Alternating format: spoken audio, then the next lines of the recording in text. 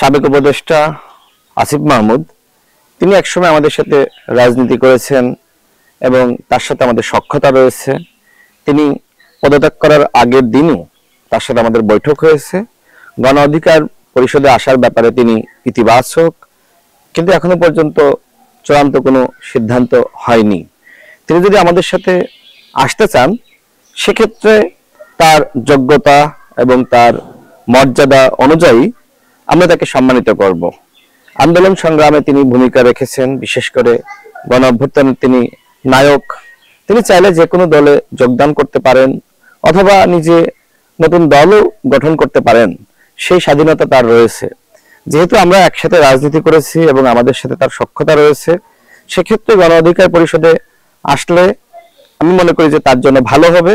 আমাদের সাথে যেহেতু আগে থেকেই সম্পর্ক রয়েছে, আমাদের সাথে একসাথে উঠা বসা রয়েছে, তিনি সহজেই আমাদের সাথে মানিয়ে নিতে পারবেন, যেটি অন্য দলের ক্ষেত্রে তার জন্য আসলে কঠিন হবে। তো তিনি সিদ্ধান্ত নিক তিনি কি করতে চান। তিনি যদি মনে করেন যে গণ অধিকার পরিষদে আসবেন, তিনি আসতে পারেন। গণ অধিকার পরিষদের দরজা তার জন্য সবসময় খোলা রয়েছে। তিনি উপদেষ্টা ছিলেন, সরকারে থাকলে সমালোচনা হয়। তার বয়স তো খুব বেশি না, বয়সে তরুণ। এই বয়সে তিনি হয়তো বেশ কিছু ভুলভ্রান্তি করেছেন। আমরা মনে করি যে বয়স বাড়ার সাথে সাথে তার পরিপক্কতা বাড়বে, তিনি অনেক কিছু বুঝবেন, শিখবেন, দেখবেন। তো আমার কাছে মনে হয় তার এই ভুলভ্রান্তিগুলো নিয়ে এই মুহূর্তে আলোচনা করা এটি আসলে সমীচীন নয়। আমি দেখলাম অনেকে তার সমালোচনা করছে।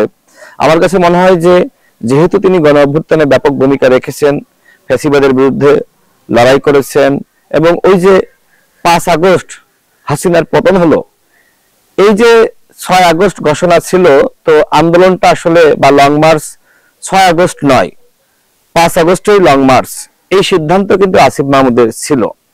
অর্থাৎ তিনি একটি সাহসী সিদ্ধান্ত নিয়েছিলেন এবং যে সিদ্ধান্তের কারণে স্বৈরাচারী শেখ হাসিনা সরকারের পতন হয়েছে। তো আমার কাছে মনে হয় যে তার প্রতি আমাদের ভালোবাসা দেখানো উচিত।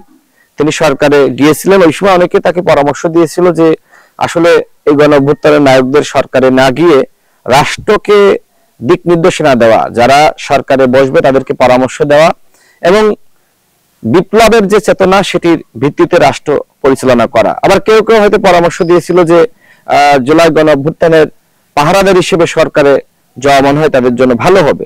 তো যাই হোক, যেটি হয়েছে, এখন মনে হয় তিনি নতুন জীবনে প্রবেশ করতে চাচ্ছেন। আমার কাছে মনে হয় সবার উচিত তার এই নতুন জীবনে শুভকামনা জানানো।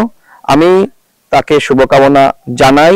তিনি যে নতুন অধ্যায়ে প্রবেশ করছেন এটি চ্যালেঞ্জিং, নানান জায়গা থেকে নানান ধরনের সমালোচনা আলোচনা আসবে। তারপরে আমি তাকে শুভকামনা জানাই।